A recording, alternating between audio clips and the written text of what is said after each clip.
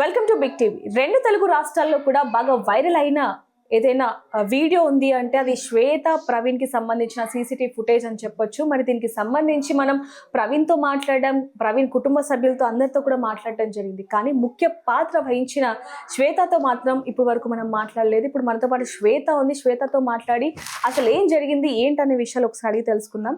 నమస్తే అమ్మా. నమస్తే. ఎలా ఉంది మీ ఆరోగ్యం? ఎలా ఉంది? బాగుంది. ఎప్పుడు వచ్చారు ఇక్కడికి?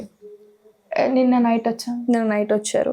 అమ్మ, ఏదైతే ఆ వీడియో ఉందో అది ఎంత వైరల్గా మారింది అనేది మనం చూసాం. అయితే అసలు ఇదంతా కూడా ఎక్కడి నుంచి స్టార్ట్ అయింది అంటే 7-8 ఏళ్ల క్రితం ముందుకెళ్తే కనుక మీరు ప్రవీణ్ ఇద్దరు కూడా బావమర్దళ్ళు అవుతూ ఉంటారు. సో ఎప్పటి నుంచి మీకు పరిచయం ఏంటి అనేది ఒక్కసారి చెప్పండి. 7 years నుంచి మేము ఇద్దరం లవ్ చేసుకుంటున్నాం. ఎలా పరిచయం అమ్మ మీకు? అంటే ఊర్లో రిలేటివ్స్లో. సో అప్పటి నుంచి పరిచయం కాబట్టి పెళ్లి చేసుకుందాం అనుకున్నారు కదా. మరి ఇంట్లో అంటే మీ తల్లిదండ్రులకి మీకు పెళ్లి కాకముందే తెలుసు అని చెప్పి కూడా మాకు ప్రవీణ్ చెప్పడం జరిగింది. అంటే ఎలా రియాక్ట్ అయ్యారు అప్పుడు వాళ్ళు? అంటే ఎందుకు అవసరం లేదు అని చెప్పేసి రియాక్ట్ అయినా, వద్దు ఆయన పెళ్లి చేసుకోవద్దు వేరే వాళ్ళకి చేస్తామని అన్నా. మీరేమన్నారు అప్పుడు? నేను తననే చేసుకుంటా అని చెప్తే వేరే వాళ్ళతో చేస్తామని మ్యాచెస్ చూస్తుంటే మేము మ్యారేజ్ చేసుకున్నాము. ఎప్పుడు చేసుకున్నారమ్మా పెళ్లి? July 11 రోజు చేసుకున్నాం. July 11th చేసుకున్నారు. అంటే పెళ్లికి ముందు మీ ప్రేమ వ్యవహారం తెలిసి మీ ఫాదర్ మిమ్మల్ని కొట్టారు అంటూ కూడా ప్రవీణ్ గారు మాతో చెప్పడం జరిగింది. ప్రవీణ్ వాళ్ళ అమ్మ నాన్న కూడా. అప్పుడు నిజంగానే చేసుకున్నారా మీ మీద? కొట్టారు. అంటే ఏమన్నారమ్మా? ఎలా రియాక్ట్ అయ్యారు అసలు? అంటే 1 year బ్యాక్ మేము వెళ్ళినప్పుడు ఎందుకు తనతో వెళ్ళినావు అని చెప్పేసి కొట్టినాం. మేము అవసరమా తనని మ్యారేజ్ చేసుకోవడం అని. అంటే ఎందుకని ఇద్దరు కూడా బావమర్దలే కదా, రిలేషనే కదా. అంటే ఏ కుటుంబంలో అయినా సరే బావమర్దల్ని ఇచ్చి పెళ్లి చేయాలనుకుంటారు కదా. మరి మీరు బావమర్దలు అయినప్పటికీ కూడా ఎందుకని మీ పేరెంట్స్ అసలు ఒప్పుకోలేదు? Financial conditions. అంటే మొన్న అంటే మీరు పెళ్లి చేసుకున్న తర్వాత అసలు ఎక్కడ ఉన్నారు ఏంటి? ఆ 4 నెలలు కూడా ఎలా గడిచింది? రెంట్ హౌస్ కొన్నాము. మీరు జాబ్ చేస్తూ ఉండేనా లేకపోతే ఇంట్లోనే? ఇంట్లోనే ఉన్నాము. వాళ్ళ థ్రెట్ ఉందని చెప్పి బయటికి కూడా వెళ్ళలేదు. ఓకే, బయటికి వెళ్ళిపోయారా? అంటే ఇంట్లో నుంచి బయటికి వెళ్ళలేదు మేము. అక్కడ కూడా వస్తారేమో అని చెప్పి. అక్కడికి వచ్చారా ఎప్పుడైనా? రాలేదు. అంటే మీరు పెళ్లి ఎలా చేసుకున్నారు? అంటే పారిపోయి ఇక్కడ అంటే మీ ఇంట్లో చెప్పలేదు, ప్రవీణ్ గారి ఇంట్లో కూడా చెప్పలేదు కాబట్టి ఎలా జరిగింది అసలు ఆ రోజు? నార్మల్గానే వెళ్ళి ఆర్య సమాజ్లో మ్యారేజ్ చేసుకున్నాము. చేసుకున్న తర్వాత డైరెక్ట్ గా ఇక్కడికి వచ్చేసారా మీ అత్త వాళ్ళ ఇంటికి లేకపోతే పోలీస్ స్టేషన్కి వెళ్ళాము. ఓకే, ఆ రోజు ఏం జరిగిందమ్మా? పోలీస్ స్టేషన్లో వెళ్ళి ఇట్లా మేజర్స్ మ్యారేజ్ చేసుకున్నామని కంప్లైంట్ ఇస్తే వాళ్ళు మా పేరెంట్స్తో మాట్లాడి పంపించేశారు. అప్పుడు లెటర్ ఏమైనా రాయించుకున్నారా? రాయించుకున్నాం. అంటే ఏమని రాశారు అందులో? మేము వారు ఫోర్స్ఫుల్గా చేసుకోవాలి మ్యారేజ్, మాకు ఇష్టంగా చేసుకున్నామని చెప్పారు. అంటే మీ ఇద్దరు అంటే మీ అమ్మ నాన్న సైడ్ నుంచి కానీ లేకపోతే ప్రవీణ్ తల్లిదండ్రుల నుంచి కానీ ఎలాంటి రెస్పాన్స్ వచ్చింది మీ పెళ్లి జరిగిన తర్వాత? అంటే మీ ఫాదర్ ఇప్పుడే ఇలా ఉన్నారు అంటే మీరు పెళ్లి చేసుకున్నారు అన్నప్పుడు ఇంకా అసలు ఎలా ఉంటారు అనేది మేము ఊహించుకోలేకపోతున్నాం కాబట్టి అప్పుడు ఆయన పరిస్థితి ఎలా ఉంది? వాళ్ళు హార్ష్గా బిహేవ్ చేసినాము. అయితే పోలీస్ వాళ్ళు కొంచెం ప్రొటెక్షన్ ఇచ్చినాము మాకు అక్కడ నుంచి బయటకు వెళ్ళడానికి. ఓకే, ఇంకా అక్కడ నుంచి మీరు సిటీకి వెళ్ళి అక్కడే ఉన్నారు. సో మీరు ఇక్కడికి ఎప్పుడు వచ్చారు? మొన్న 1 week 2 weeks అవుతుంది. అప్పుడు ఇక్కడ అంతా ఎలా ఉందమ్మా వాతావరణం అంతా? అంటే పెళ్ళైన 4 నెలల నుంచి మీరు మీ ఫాదర్కి మదర్కి ఎప్పుడైనా కాల్ చేయడం కానీ లేకపోతే వాళ్ళు మిమ్మల్ని అప్రోచ్ అవ్వడం ఇలాంటిది ఏమైనా జరిగిందా? జరిగింది. ఓకే, ఒకరోజు మా నాన్నమ్మని వచ్చి పిలిచింది. మీ నాన్నమ్మ వచ్చి మాట్లాడడానికి పిలిచింది. ఏమన్నారమ్మా? ఏం చేస్తున్నావు, తిన్నావు అని అడగడానికి వచ్చారు. ఓకే, అంటే చెప్పారా ఏమన్నా? అంటే మీరు హ్యాపీగా ఉన్నారు, ఇలానే ఉండండి, నాన్న ఒప్పుకుంటారని ఏమన్నా చెప్పిందా మీకు? ఏం చెప్పలేదు. మరి ఇక్కడికి వచ్చారు అని తెలిసిన తర్వాతనే ఇదంతా జరిగింది కదా. అసలు ఎలా తెలిసిందమ్మా వాళ్ళకి? అంటే పక్క ఎవరు చెప్పినారో తెలియదు, కాకపోతే వచ్చినామన్న విషయం మాత్రం వాళ్ళకి తెలిసింది. అంటే ఈ ఇష్యూ జరగక ముందే ఆల్రెడీ 2 సార్లు వచ్చి దాడి చేశారు అంటూ కూడా మాకు ప్రవీణ్ గారు చెప్పడం జరిగింది. ఆ తర్వాతనే సీసీ కెమెరా పెట్టారని. అంతకుముందు అసలు ఎందుకు దాడి చేశారు వాళ్ళు? ఎప్పుడు చేశారు? అంటే మేము వచ్చినామని తెలిసి ఇక్కడికి తిరగడం కానీ ఇంటి చుట్టూ తిరగడం కానీ చేసినారు. ఇంటి చుట్టూ తిరిగారు. అంటే మీకు అనుమానం వచ్చిందా అప్పుడు ఏమన్నా? మరి అప్పుడు పోలీసులకు కంప్లైంట్ ఇచ్చి ఉంటే అప్పుడే ఎవిడెన్స్ కూడా ఏం లేదని చెప్పేసి అప్పుడు ఎవిడెన్స్ లేదని ఇవ్వలేదు. ఓకే, అయితే ఆ రోజు ఎప్పుడైతే మిమ్మల్ని తీసుకెళ్లారో అసలు ఆ రోజు ఏం జరిగింది అనేది మీరు మాత్రమే చెప్పగలరు. అసలు ఆ రోజు మీరు బయట ఉన్నట్టున్నారు, బయటే కూర్చున్నారా? ఇంట్లో ఉన్నారు. సో అమ్మ ఇంకోటి ఏంటంటే వాళ్ళు వస్తున్నారని భయపడి మీరు మంచం కింద దాచుకున్నారు అనేది కూడా అది నిజమేనా? అసలు ఏం జరిగిందమ్మా ఆ రోజు ఒకసారి చెప్పండి. వాళ్ళు నన్ను తీసుకెళ్ళడానికి వస్తే వీళ్ళు నన్ను తీసుకెళ్ళొద్దని చెప్పి అంటే వాళ్ళు వీళ్ళని కొట్టి నన్ను తీసుకొని వెళ్ళిపోయినారు. తీసుకొని పట్టుకొని గుంజుకొని కింద పడేసి గుంజుకొని తీసుకొని పోయినారు. ఎక్కడ వెళ్తున్నా తెలియకుండా బ్లైండ్ ఫోల్డ్ చేసినారు. అంటే కార్లో ఒక 10 మంది వచ్చారు కదా, వాళ్ళందరూ మీ కుటుంబ సభ్యులేనా, రిలేషనేనా? కాదు, ఎవరెవరు ఉన్నారమ్మా దాంట్లో? మా ఫ్యామిలీ మెంబర్స్ ఇంకా అవుట్ సైడర్స్ ఉన్నారు. అంటే మెయిన్గా చూసుకుంటే మీ ఫాదర్, మదర్, ఇద్దరు తమ్ముళ్ళ, అన్నయ్యలా? ఒక్కటే బ్రదర్, ఒక తమ్ముడు. ఇంకా మిగతా వాళ్ళు మీ బాబాయ్ వాళ్ళ? మా పిన్ని. ఓకే. మేనత్త వీళ్ళు వచ్చారు. అంటే వస్తున్నప్పుడు ఏమనుకున్నారు? అంటే వీళ్ళు అంగీకరించారు, ఒప్పుకున్నారేమో అనుకున్నారా, లేకపోతే మీకు అనిపించిందా వీళ్ళు బలవంతంగా తీసుకెళ్ళడానికి వచ్చినాం, అటాక్లు ఎట్లా చేసినట్టే వచ్చినారు లోపలికి. అందుకని భయపడి లోపలికి వచ్చినాం. లోపలికి వచ్చిన తర్వాత కూడా వదలలేదు కదా మిమ్మల్ని, ఎందుకంటే ఆ ఫుటేజ్లో మేము చూసాం మరి దారుణంగా ఒక కూతుర్ని అసలు ఎలా తీసుకెళ్లాలో కూడా ఆయన అంత ఇదిగా ఉన్నారంటే. అంటే ఇక్కడి నుంచి తీసుకెళ్ళిన తర్వాత కార్లో మీరు చాలా పోట్లాడారు, అసలు మీకు నిజంగా హ్యాట్స్ ఆఫ్ చెప్పాలి. అసలు ఎంత వదిలించుకుందామన్నా కూడా వాళ్ళు కాలు చేతులు కట్టేశారు కూడా. అంటే మిమ్మల్ని కొట్టారు, నోట్ల నుంచి కూడా రక్తం కూడా రావటం జరిగింది మీకు. మీరు వాళ్ళతో ఏమని మాట్లాడారు అసలు? ఎందుకు తీసుకెళ్తున్నారని అడిగినా, అంటే నువ్వు మ్యారేజ్ చేసుకున్నావు, వద్దు వేరే వాళ్ళతో మ్యారేజ్ చేస్తామని చెప్పేసి మాట్లాడినారు.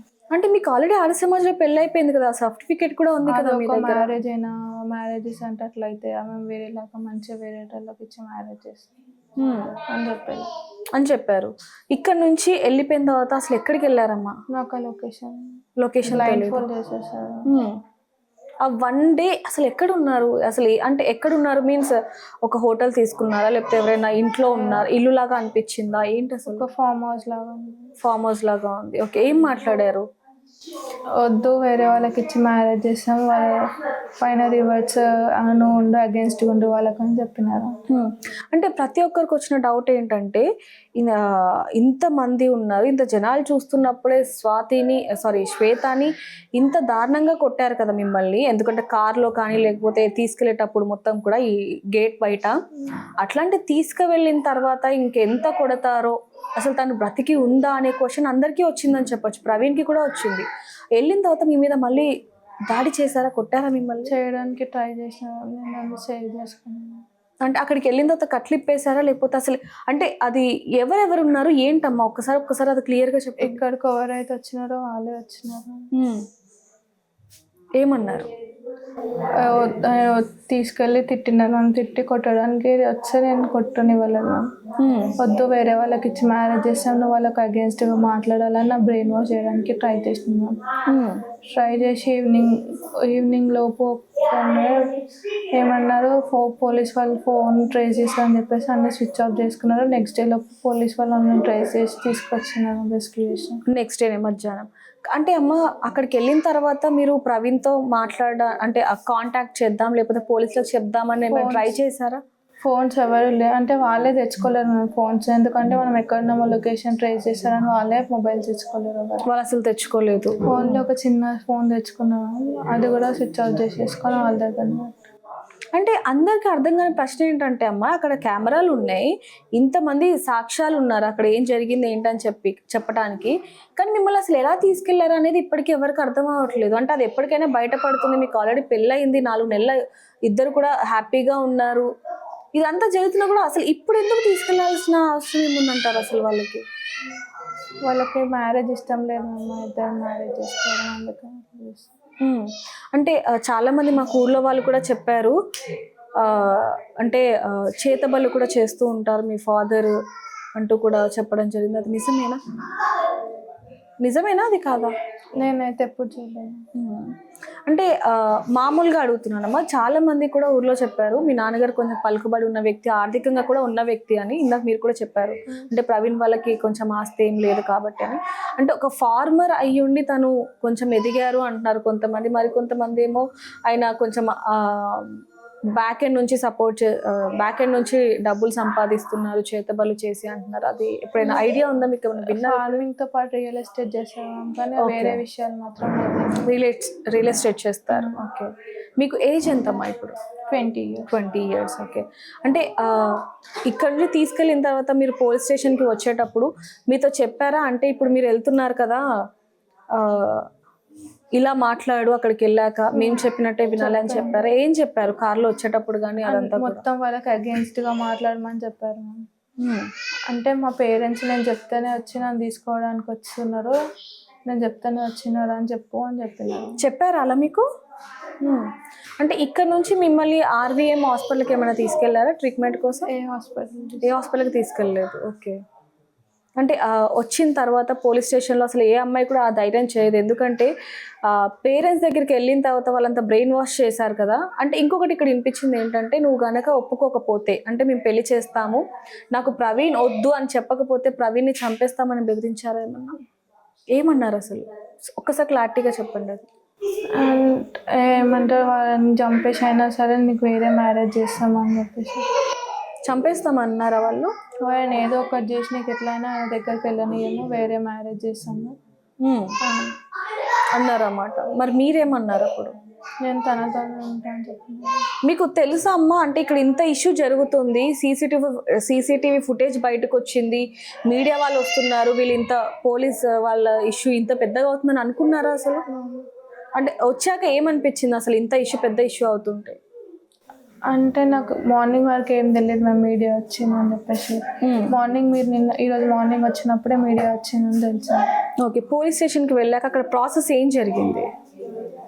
నన్ను సార్ వాళ్ళు అడిగినారు, మీ హస్బెండ్ దగ్గరికి వెళ్తావా, మీ పేరెంట్స్ దగ్గరికి వెళ్తావా అని. నేను మా హస్బెండ్ దగ్గరికి వెళ్తా అని చెప్తే రిటర్న్ స్టేట్మెంట్ తీసుకున్నారు. ఈరోజు వీడియో స్టేట్మెంట్ తీసుకుంటానని పంపించాను. అంటే లేడీ కానిస్టేబుల్స్ ఎవరు లేరని చెప్పి ఈరోజు పిలిచి మళ్ళీ వీడియో స్టేట్మెంట్ తీసుకుంటున్నారు. అసలు మొన్న ఏం జరిగింది అనేది ఒక్కసారి మీ మాటలో చెప్పండి అమ్మా. మ్యామ్ మేము 1 day బిఫోర్ నైట్ పోలీస్ స్టేషన్లో కంప్లైంట్ ఇచ్చాం మ్యామ్, మా ఇంటి మీకు అటాక్ చేయడానికి వచ్చినారని. అయితే పోలీస్ వాళ్ళు మార్నింగ్ ఎంక్వైరీకి వస్తారని మేము చూస్తుంటే వాళ్ళు డైరెక్ట్ వచ్చి మా ఇంటి పైన అటాక్ చేసినాం. మా పేరెంట్స్ ఇంకా కొంతమంది వచ్చేసి అటాక్ చేసి నన్ను తీసుకెళ్ళడానికి ట్రై చేస్తుంటే మా హస్బెండ్ వాళ్ళ బ్రదర్ ఇల్లు కూడా అందరూ నన్ను ఏమంటారు తీసుకెళ్ళకుండా ఉండించడానికి ట్రై చేస్తుంటే వీళ్ళు కొట్టుకొని నన్ను తీసుకెళ్ళిపోయినారు మ్యామ్. కింద పడేసి తీసుకెళ్ళిపోయినారు. ఎక్కడ తీసుకెళ్ళిపోయినారో తెలియదు, బ్లైండ్ ఫోల్డ్ చేసి తీసుకెళ్ళినారు మ్యామ్. తీసుకెళ్ళి నా బ్రెయిన్ వాష్ చేయాలని ట్రై చేసినారు మ్యామ్. అంటే ఏం చెప్పారమ్మా మీకు? అంటే తను ఎందుకు అవసరమా తనతో మ్యారేజ్, వేరే వాళ్ళని ఇచ్చి మ్యారేజ్ చేసాం, వాళ్ళ ఫినాన్షియల్ కండిషన్స్ మంచిగా లేవు అని చెప్పినాం. నువ్వు వాళ్ళకి అగేన్స్ట్గా ఉండాలి అని చెప్పాను. అంటే నువ్వు గనక మేము చెప్పింది ఒప్పుకోకపోతే ప్రవీణ్ని చంపేస్తామని చెప్పారా ఏమన్నా? చెప్పారు. ఏమన్నారమ్మా అప్పుడు? మీరేం సమాధానం ఇచ్చారు? అక్కడ భయమే లేదా మీకు? అంటే వీళ్ళు చెప్పింది నేను చెప్పకపోతే నన్ను ఎక్కడ చంపేస్తారేమో అన్న భయం లేదా? భయం వేసింది మ్యామ్. ఏమన్నారు అసలు? ఇప్పుడు నువ్వు మనం చెప్పిన మాట వినకపోతే ఏమైనా చేసి అయినా నీకు వేరే వాళ్ళకి ఇచ్చి పెళ్లి చేస్తాం, కానీ ఆయనతో మాత్రం మళ్ళీ పెళ్లి చేయము, వద్దు అని చెప్పేసి బెదిరించినారు. ఎక్కడైనా సరే బావమరదలు పెళ్లి చేసుకోవాలని చూస్తారు కదా, కానీ మీ దాంట్లో ఎందుకు ఇలా కొట్టారు మరి పెళ్లికి ముందు? అంటే తను ఎంతో వాళ్ళకి ఫినాన్షియల్గా స్టెబిలిటీ లేదని చెప్పేసి కొట్టారు. ఓకే. మీరు పెళ్లి చేసుకున్న తర్వాత పోలీస్ స్టేషన్కి వెళ్ళటం జరిగింది కదా, అసలు ఎప్పుడు పెళ్లి చేసుకున్నారు? పోలీస్ స్టేషన్కి వెళ్ళిన తర్వాత మీ పేరెంట్స్ వచ్చాక అసలు ఏం జరిగింది ఆ రోజు? July 11th రోజు మ్యారేజ్ చేసుకున్నాము. మ్యారేజ్ చేసుకొని పోలీస్ స్టేషన్కి వెళ్ళి కంప్లైంట్ ఇచ్చాము. ఇస్తే వాళ్ళు తీసుకున్నారు. మా పేరెంట్స్ వచ్చి నన్ను అడిగిన, మేము వస్తావా నువ్వు ఇంటికి అని చెప్పేసి. నేను రాను, నేను మ్యారేజ్ చేసుకున్నా అయిపోయినాను.